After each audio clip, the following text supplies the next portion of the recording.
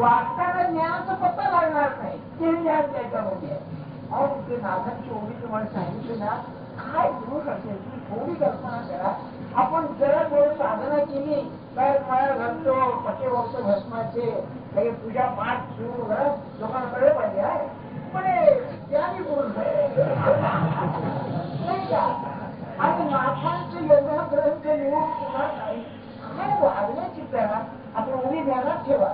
शेवटी नाथ भागवत संपवताना त्याने सांगितलं म्हणाले असं होतं, ग्रंथ पाहता ज्ञान. माझा ग्रंथ जेव्हा ज्ञानी पुरुष पाहतात, ग्रंथ पाहता ज्ञान म्हणून की ज्ञाता एका जनार्दन. हा ग्रंथ घेणारा जो एकनाथ आहे हा ज्ञानी असला पाहिजे. म्हणून दर्शनाला येतात, पाहायला येतात.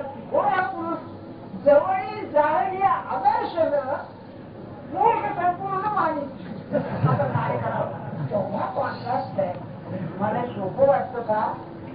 अहो माणसाने काकडी खाल्ली तर घाण घाण ढेकर येतं आवडत नाही. एवढं ज्ञान एवढं प्रेम असून सुद्धा ते बाहेर आचरणात न आणणं काय असेल मला अरे फार कठीण आहे. बरं का लगेच वाटत मग तरी तुम्ही सांगतो आणि हो पण कळतंय किती आम्ही त्याच्या नाही का. एक पद्धत आहे नाही का. मी सांगतो बरोबर लगेच सुद्धा बँक काहीतरी व्यवहार चालला आणि तुम्ही काय बोलणार नाही तुम्हाला काय दिली असतो. आता कोण विचारलंय का वेळेला सांगतोस तू पण हवंच नाही माणसाला. आपण तू बाहेर मग हे ज्ञान ब्रह्मज्ञान आणि ते असून पुन्हा बाहेर न दाखवणं किती शिकण्याची गोष्ट आहे. आणि ज्ञानेश्वर महाराजांच्या जवळ दोन्ही आहे. दाखवावं तर लागलेच. तुम्ही विचार करा दाखवावं का लागलं. काय ग्रंथ लिहायचा होता. ज्ञानी पुरुषांना मान्य असा ग्रंथ लिहायचा होता. पण ते ज्ञान दाखवावं लागले की नाही. ज्ञान दाखवावं म्हणावं तर ज्ञानी कोणाला गुण येते. आता काय करावं. मग त्यांनी भूमी काय केली की गुरु बापाची आता लिहिली आणि बापानेच जे लागले ती भूमी केली.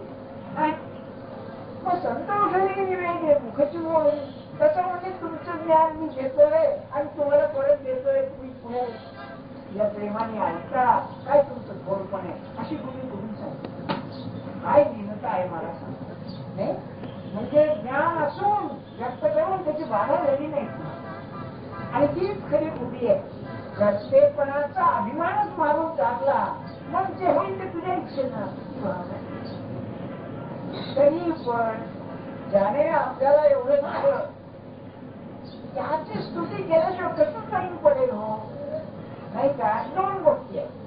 ज्याने आपल्यावर अत्यंत उपकार केले ना त्याच्यावर स्मरण झाल्यावर किंवा त्याच्याबद्दल सांगायचा प्रसंग आल्यावर दोन तऱ्हेनं प्रतिक्रिया होती. एक सारखं सांगतच राहील नाही तो बोलायला पाहिजे. एखादी कल्पना करा की एखादा मोठा सत्पुरुष आहे त्याची बायको आहे आणि विचारलं म्हणते तुम्ही काय वाटतं. गदगदून येईल एकदम बोलू शकणार नाही जास्त. किंवा जर ग्रॅज्युएट डिग्री असेल तर थोडंसं वर्णन करेल. नाही खरी ग्रॅज्युएट असली तर ती डोळ्याला पाणीच नाही तिच्या सांगायचा प्रयत्न करायला लागून एकदम रडायला लागेल नाही का. हे प्रेमच असतात. पण ज्ञानेश्वर महाराजांना कसं करून चालणार नव्हतं. मुलीची आज्ञा म्हणून जगाचं कल्याण म्हणून हे तर सांगायला लागल्यानंतर मात्र अनावरण झालं. 10 ओव्या आहेत. 10 म्हणजे प्रत्येक ओवीत 3.5 चरण. सगळ्यात लहान ओवी ज्ञानरायांची सगळ्यात मोठी ओवी नाथांची. हा लहान ओवी किती थोडकी एवढीशी दिसते. या 10 ओव्यामध्ये 37 लक्षणे वर्णन केली आहे. गुरुचं वर्णन सुरू केलं. आता ग्रंथ संपवायचं आहे. 37 वर्णन आहे. 3.5 बरं. यामध्ये काही आपल्या गुण जे वर्णन केलेलं आहे लक्षण काही स्वरूप लक्षण आहे म्हणजे ती फक्त गुरुलाच लागू आहे. दुसरीकडे सापडणारच नाही. आणि गुरु त्या लक्षणाशिवाय असूच शकणार नाही. म्हणून ते स्वरूप लक्षण, त्याला इंग्लिशमध्ये एसेन्शियल ऍट्रिब्यूट असं म्हणतात. त्याशिवाय तू नाही उदाहरणार्थ आधी दुसरं सांगतो. आणि दुसरी आहे की तटस्थ लक्षण म्हणून आहे. नाही ते असोच नसोत, असली तर असं नसली तरी नसतं. याला ऍक्सिडेंट ऍट्रिब्यूट. कशी ते बघा, माणूस घ्या. माणसाचं मुख्य लक्षण काय? स्वरूप लक्षण, विचार करणं, बुद्धी, हे माणसाचं आहे. आपण नाही का माणसाला जर वेळ लागलं, बुद्धी लागली, त्याला आपण बरेच ठेवतो का? माणूस असून माणूस नाही तो. शरीरानं माणूस असून तो माणूस नाही. आपण म्हणजे अरे का माणसाला माणूस किंवा शोभत नाही, माणसाचं लक्षण नाही. म्हणून ते असेल तो जे कपडे घालतो, ज्या घरात राहतो, किंवा त्याचे जे संबंध आहेत, हे सगळे आहेत नाहीच नाही. त्याच्याशिवाय तो आहे त्याच हे तटस्थ लक्षण. तशी गुरुची काही लक्षणं जी आहेत ती तटस्थ नाही, स्वरूप लक्षण आहे. म्हणजे त्याशिवाय गुरु नाही. आणि ती सगळी ईश्वराची लक्षण आहे. They are cosmic attributes. तुम्हाला सांगतो काय, ज्ञानेश्वरीमध्ये गोपीची सामान्य काम नाही आहे त्याचे. आणि बाकीचं ते आहे तो परमेश्वर, तो ईश्वर देहधारी झाला गुरुच्या रूपानं. म्हणजे त्याच्या हातून जे घडतात ते अशीच ते संस्कृत. म्हणून आपलं मागच्या रविवारी संपत टाळलं. म्हणलं 8 वर्ष का झालं नव्हतं, पुढच्या रविवारपर्यंत झालं. पण टाळता येणं शक्य नाही म्हणून सांगतो आपल्याला. आता पाहिलं बघा, पहिलो जय जय देव गिरमळ निजजना अखिल मंगल जन्म जरा जलजाल प्रभंजन. काय संस्कृताचं ज्ञान आहे त्या पुरुषाचं, हाताबोटावर खेळवलेलं. सगळी संस्कृतमय वचन आहे. पहिलं तुम्ही बघा, त्या ओव्यांच्या मध्ये पहिलं लक्षण 3 शब्दात जातं, 3 अक्षरांचंच आहे. आणि ते एसेन्शियल स्वरूप लक्षण आहे. ते माणसाचं नाही, ते ईश्वराचं लक्षण आहे. निर्मळ मल शब्द संस्कृतामध्ये वेदांतामध्ये विशिष्ट अर्थाने वापरतात. मुख्य मायामल हे खरं, पण त्याची आणखी 2 लक्षण आहेत. मल कोणचे? एक दृश्य खरं वाटणं हा मल. दृश्य खरं वाटलं की तो आला, कर्मावरती भर आला. म्हणून कर्म खरं वाटणं, कर्म करावं असं वाटणं हा पहिला मल आहे. यांना ठेवा बाबा. मनुष्य सांगतो काय, ईश्वरापाशी कर्म नाही, म्हणून कर्मशून्य झाल्याशिवाय परमेश्वर दर्शन नाही. कर्मशून्याचा अर्थ कर्म करण्याची जी प्रेरणा आहे ती गेली पाहिजे. हे करावं, ते करावं, ते करावं, हे बरं नाही, ते बरं नाही, हे गेलं पाहिजे. अध्यात्म आहे ते हे आहे. जगावरती उपकार करावा हे आहे, तो पण कर्म आहे. उपकार घडेल, कर्म करणार. म्हणून त्याचा स्वभावच उपकार करणार, पण करणार नाही. म्हणून कर्म केलं पाहिजे. पहिला मल. दुसरा मल आहे माया. कोणत्याही गोष्ट भ्रम असता कामाचा नाही. वस्तू जशी आहे तशीच ओळखे, त्याला ती विपरीत घासणारच नाही. म्हणून दुसरा मल आहे. आणि तिसरा मल आहे संकुचितपणा. संकुचितपणा म्हणजे मी केंद्रित, एगोसेंट्रिक जगाकडे पाहणं, मी खरा असं समजून घेत पाहणं, हा तिसरा. हे तिन्ही मला त्याच्या ठिकाणी नाही. तो थिओसेंट्रिक आहे, ईश्वर केंद्रित आहे. म्हणून त्याला भ्रम नाही, तो ज्ञानी असल्यामुळे. तो आकुंचित नाही, कारण तो सर्वव्यापी आहे. आणि तिसरा जो आहे हे दृश्य, हा भ्रमच आहे, हे खरं नाही, त्याला वाटतं. हे तोच पडलेला आहे म्हणून तो निर्मळ आहे. आता हा गुरु कसा, तर म्हणजे निजजना अखिल मंगल. मंगल शब्द समजून घ्या आपण. म म्हणजे 2 अर्थ आहे. म पुल्लिंगी असतो तेव्हा ब्रह्म असा अर्थ आहे. काय ना, म म्हणजे ब्रह्म. पण मन नपुंसकलिंगी असतो संस्कृतामध्ये, मन असं. त्यावेळेला त्याचा अर्थ पाणी किंवा आनंद असा अर्थ आहे. पाणी किंवा आनंद. आणि मंगल गर म्हणजे श्रवणे. घरात श्रवतो ना त्याला गर म्हणतात. गरणे हो, गणित म्हणतात ते आहे. किंवा मंगल म्हणजे ज्याच्यातून आनंद श्रवतो आहे ते मंगल आहे. तेव्हा नीचे ज्यांना अखिल मंगल आपली जी माणसं आहेत, जे शरण आलेले आहेत, ते आपले झाले, त्यांच्या जीवनामध्ये आनंदाचा स्रोत असेल तर सद्गुरू आहे. किंवा ज्याने सद्गुरू केलाय त्याच्या जीवनात दुःख असतं रामाचं नाही. म्हणजे त्याला आनंदाशिवाय नाही. जन्मजला जलजाल प्रभंजन. प्रभंजन म्हणजे तुफान वारा. तुफान वाऱ्याला प्रभंजन म्हणतात. म्हणजे विशेषतः ढग आलेले आहे आणि जोरात तुफान सुद्धा ढग नाहीसे झाले, त्याला प्रभंजन म्हणतात. इथे प्रभंजन काय आहे? आपलं ढग काय आहे? जन्म जला हे दोन जलद. जलद म्हणजे मेघ.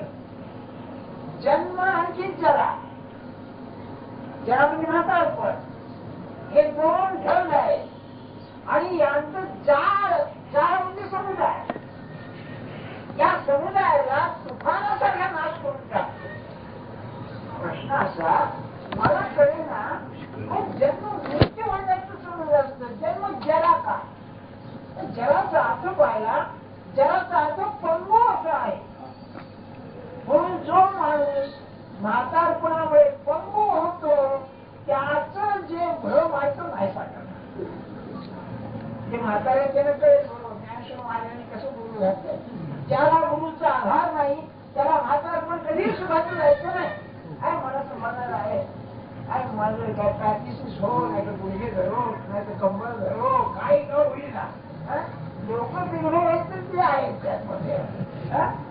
अहो ज्याला गुरुचा आधार आहे बिघडायचंच नाही. कारण सांगतो, आधी आपली खोपडी उलटी आहे ती सुलटी होते प्रपंच खरा वाटतं म्हणजे खोपडी उलटी आहे की नाही. तो गुरु सुलटी करतो, मग गुरु येईल कसं नाही. मानसिकच आहे बघा. हा की नाही अनुभव घेण्यास जन्म जरा जलसार प्रभंजन. म्हातारपण सुखात यायचं असेल आहे, मला सांभाळणार आहे ही भावना असेल तरच सुखात जायचं नाही जाय. म्हणून ते मृत्यू नाही घातला, जरा शब्द घातलेला. म्हातारपण दुःख आहे ते पंगुपणाचीच आहेत सगळी दुःख. ती दुःख माणसाच्या मनावरती छाया आणते. ढग करते म्हणजे काय? छाया आणते ना. त्या छायेला नाहीचं करणारा आहे तो सांभाळणारा पाहिजे माझा. समजा नवरा बायको आहे आणि मूळ बाळ नाही, किंवा अलीकडच्या पद्धतीप्रमाणे मूळ बाळ बाहेर गेलेली आहे, परदेशात गेलेली कुठे आहे, आपल्या जवळ नाही. आणि त्याचा एक मेला, बाई मेली किंवा नवरा मेला. असं कसं व्हायचं? कोण आहे मला? अरे तो आहे ना, उभा काळजी करतोस. म्हणजे असं होतं किंवा आजारीपर्यंत मला दवाखान्यात कोण येईल. आणि दवाखान्यात जायची पाळी द्यायची नाही तर हात फिरवून बसशील. मरायचं कुठेतरी आहे ना, त्याच्या स्मरणात मरायचं आहे, शांतपणे मरायचं आहे. पण घरी मेला काय दवाखान्यात मेल्याला काय शिक्षा नाही. तर विनोद सोडून द्या. खरोखरच ही निष्ठा फार जरूर आहे बरं. म्हातारपणे माझा हातपाय थकल्यावर मला कोण आहे? अरे तो आहे. काय करतोस तू? किंबहुना सत्पुरुषाचं एक लक्षण असं आहे की अंतकाळी आपल्या शिष्याला सांभाळणं हे त्याचं काम आहे. होय नाही तर काय त्याचा उपयोग आहे? सद्गुरू म्हणजे काय गाड्यात दागिना का घालायचा आहे? त्याला काही जरूर आहे का त्याची? अहो त्यांनी देह जाळलेला असतो म्हणून तो सद्गुरू आहे. म्हणून काय विशेष असं सांगितलेलं जन्म जरा जलजाल प्रभंजन म्हणू शकत. प्रभंजन म्हणजे एकदम नायका करून टाकतो. त्याचं स्मरणात मात्र राहिलं. काय सांगतो त्यांची दया आपल्याला. महाराज म्हणाले एकदा की म्हणजे मी एखाद्याला काही सांगितलं आणि त्याने काही केलं नाही. जन्म होऊन त्यांनी काही करणार पण अंतकाळी त्याला आठवेल आणि त्याने मला सांगितलं होतं आणि मी ते केलं नाही. एवढी आठवण झाली तरी म्हणजे मी तेच काम. त्याच्या पलीकडे काय कॉम्प्रोमाइज आहे काय आणि ज्ञानेश्वर महाराज का टिकले एवढे 700 वर्ष? ही शक्ती आहे म्हणून टिकले. आपण ध्यानात ठेवा. तुमच्या संकटाला हजर आहे. कोण आई बाप येतो? कोण आहे का? तीच खरी माऊली आहे. बरोबर हजर होते तुम्हाला सांभाळायला. आपली निष्ठा या माझा बाप बसलेला तो मायबापच आहे ना. काय मेरा मालिक है बराबर मेरे कुछ मालिक काय ते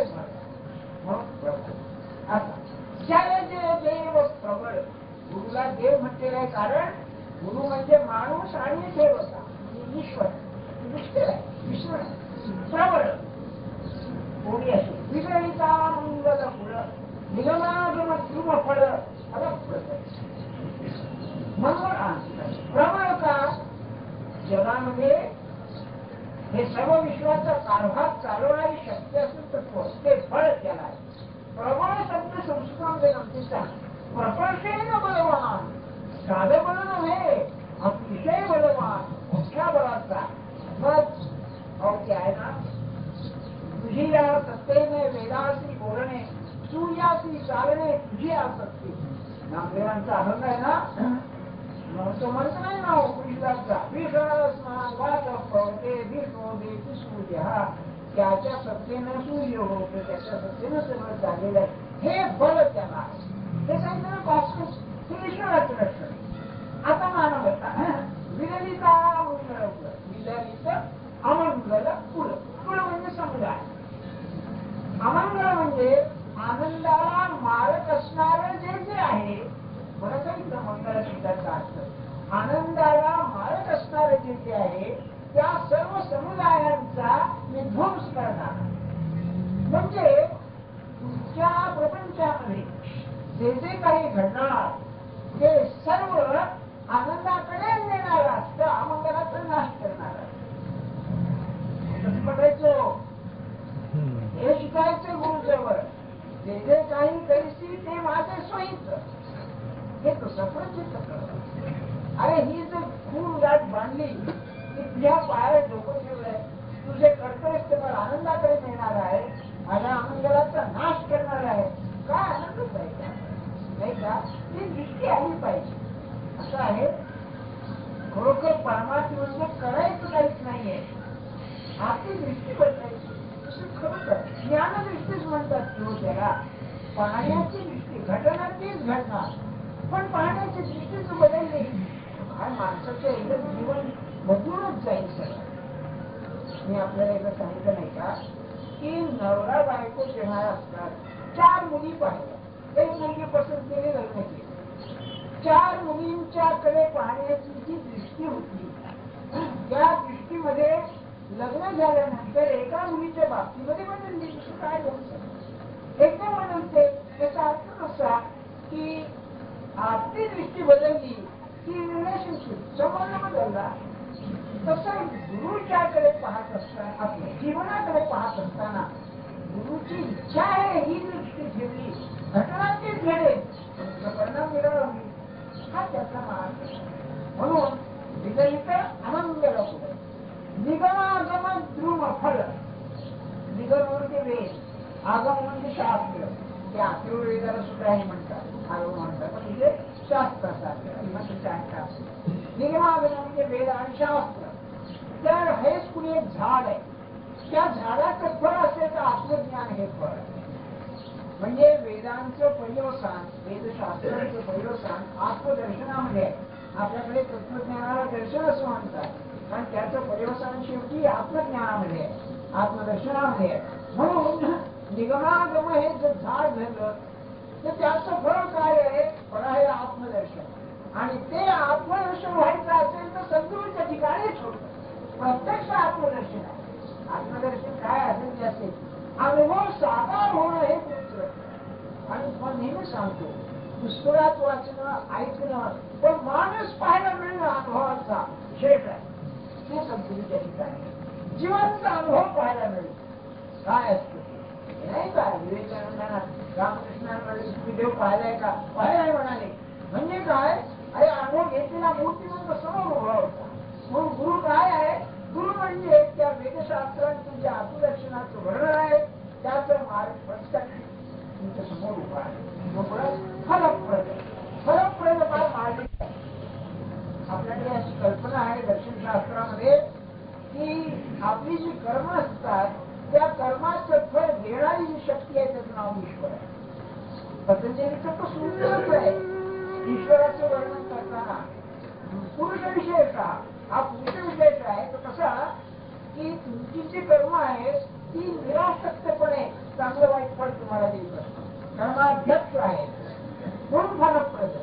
तर आपण ज्याच्या पायावर डोकं ठेवलं त्याच्या पायावर डोकं ठेवल्यानंतर आपल्या जीवनाचा सूत्रधार करून अभ्यास असतो. आपल्या जीवनात घडणाऱ्या घटना तो घडव. महाराज म्हणाले सद्गुरूचं एक काम असं आहे की त्याच्या शिष्यांच्या जीवनात जे काही हा त्रासदायक आहे तो त्याचे करून कोणीच त्याला भोगायला नको. आणि मग म्हातारा कोणी त्याच्या शिफारस का पण साधन करायला लागणारी देहाची स्वस्थता मग त्याला टाळली लागते. हे त्यांच्या हातामध्ये असते. कर्तृत्व अशी शक्ती असते त्यांची, पण आपण त्यांच्या पायात डोके नाही. म्हणून तो फरक पडतो. आपल्या कर्माचं फळ देणारा आपल्याला तो फरक. पुढे म्हणाले जय जय देव सकल. बघा निर्मळ प्रबळ सकल निष्कल पुढे सकल विगत विषय वत्सल करीत काल कौतूहल कला. तुम्हाला असं वाटेल तुम्ही एक वेळ शब्दाला शब्द लावून केलाय का? असं नाही. म्हणाले सकल. सकलेचा अर्थ सर्वात्मा, सर्व बाजूने संपूर्ण, याच्यामध्ये कमी काहीच नाही. याला तत्वज्ञानामध्ये तिने होल होल कोणत्याही तऱ्हेची अपूर्णता नाहीच नाही. म्हणून सर्वात्म किंवा सर्व बाजूने संपूर्ण असा तो सकल. हा गुरु असणं शक्यच नाही. अहो कारण असं की गुरुला समजा तप उघडण्याची व्यसन आहे. म्हणजे तुम्ही म्हणणार हा काय बोला, अरे नाही त्याचं गुरुत्व ते तपोखान्यात नाहीये. एखादे हे उपयोगी पडतो याची काय तपोखान्याची संबंध ठेवावं. बरोबर आहे ना. मला एकाने ते गजानन महाराजांची सूत्र दिलं नाही, मासिक दिलंय बरं का. मासिक दिलं त्याच्यात त्यांचा फोटो आहे. तर त्याच्यामध्ये त्याने चिरीम धरली एवढं चिरीम पीठ असत. तर ती चिरीम पाहून आमची मुलगी काय म्हणाली, बाबा म्हणजे बाटली दूध पीठ आहेत.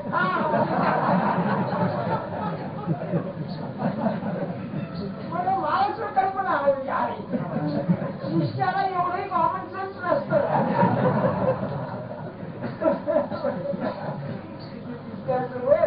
सांगायला हेतू काय आपल्याला तेव्हा हे सत्पुरुषाच्या ठिकाणी तडतोड दिसेल संपूर्ण सर्व वाचून वाटत नाही. तुम्हाला दुसरीकडे पण सांगितले का ते कृष्णमूर्तींचं एक 1000 मून शिवून एक पुस्तक पाहिलं.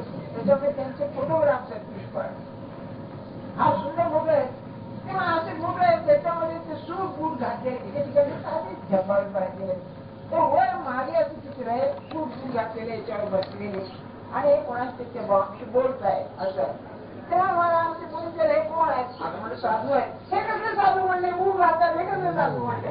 म्हणजे आपली कल्पना कशी आहे साधू म्हणला की त्यांनी नागवत राहिलं पाहिजे असं काही सांगायचं. म्हणून हे लक्षण जे आहे ईश्वराचं लक्षण आहे. आपण पहिल्यांदाच सांगितलं आज आपण वर्ग घेणार बरं म्हणून आपल्याकडे पण जमतो नका. कारण त्याचं समजायचं कसं हो ईश्वराची लक्षणं काय, ती मानवतेत कशी व्यक्त होतात हे कसं समजायचं याशिवाय. म्हणून आपलं हे असं खेळचा. म्हणून जय जय देव सकल विगत विषय वत्सल. काय म्युझिक आहे बघा त्यात संगीत आहे. विगत विषय वत्सल. वत्सल म्हणजे लहान मुलासारखं प्रेम करणार. वात्सल्य म्हणतो ना आपण कोणावरती लहान मुलासुद्धा प्रेम करतो. विगत विषय म्हणजे दृश्याची वासना ज्याला नाही, विषयाचं प्रेम ज्याला नाही त्याच्यावरती प्रेम करतो लहान मुलासारखं. आता आपल्याला कळलं त्याचं प्रेम पाहिजे असं तर काय पाहिजे नाही असं सुचवलंय बघा. गुरु काय आहे प्रेम सगळ्यांच्यावर करतो हो, परंतु कोणावर खरं प्रेम करी विगत विषयावर. त्याला प्रपंचाची वासना नाही, प्रपंचात सुख मिळावं ही कल्पना नाही, त्याच्यावरती लहान मुलासारखं प्रेम काय कलित काळ कौतूहल. कौतूहल शब्द संस्कृतामध्ये कुतूहल कौतूहल नवीन काहीतरी निर्माण करणं करिश्मा पाहिजे चमत्कार या असं आहे. म्हणजे काळ जे नवीन नवीन तुम्हाला दाखवतो, कल्पना नाही अशा गोष्टी घडवून आणतो, अनपेक्षित घडवून आणतो. ते काळ कौतुक झालं, ते कलित म्हणजे विध्वंस केले. म्हणजे काळाचं जे महात्म्य आहे ते महात्म्याच नाहीच करणारा असा गुरु. म्हणून गुरुच्या पायी शरण गेला की त्याला पुढे काय होणार याची चिंता नाहीशी झाली पाहिजे. म्हणून काय व्हायचं, काय मला काळ करतोय, त्याच्या हातात ज्याची सत्ता आहे ती समर्थांच्या मनात योगाला आहे ना. रामाचं वर्णन करताना ईश्वराचं पुढे देखता काळ पोटी भरारी, म्हणजे भगवंताचं दर्शन झाल्यावर हा भावांत समोर गेला किंवा दुसरा कबीराचं दोहाने कसं एकदा सुरत शब्द मेला भया काल रहा घरी भाऊ. तुमचा अपमान आणि त्याचं स्मरण एक रूप झालं की काल रहा घरी भाऊ. आपल्या हात सुटलं आहे. तुकाराम महाराजांचं तर फारच छान झाला प्रेतरूप शरीराचा भाव, लक्ष्येला ठाव स्मशानीचा. शरीर प्रेतवत झाल्यामुळे याला कुठे नेऊन ठेवलं, स्मशानात नेऊन ठेवलं. आता बघ, रडती रात्रंदिवस काम क्रोध माया. का म्हणजे रडताय, अहो राहायला जागा नाही ना आता, काय करता. अनुभवाची श्रीमंती आहे त्या पुरुषाची, तुम्ही कल्पना करावं. रडती रात्रंदिवस काम क्रोध माया, म्हणते हाय हाय यमधर्म. आणि आता गेलं हस्त सुटलं हे काळाला. यम म्हणजे काळ ना, काळावर स्वामित्व आहे आणि ते स्वामित्व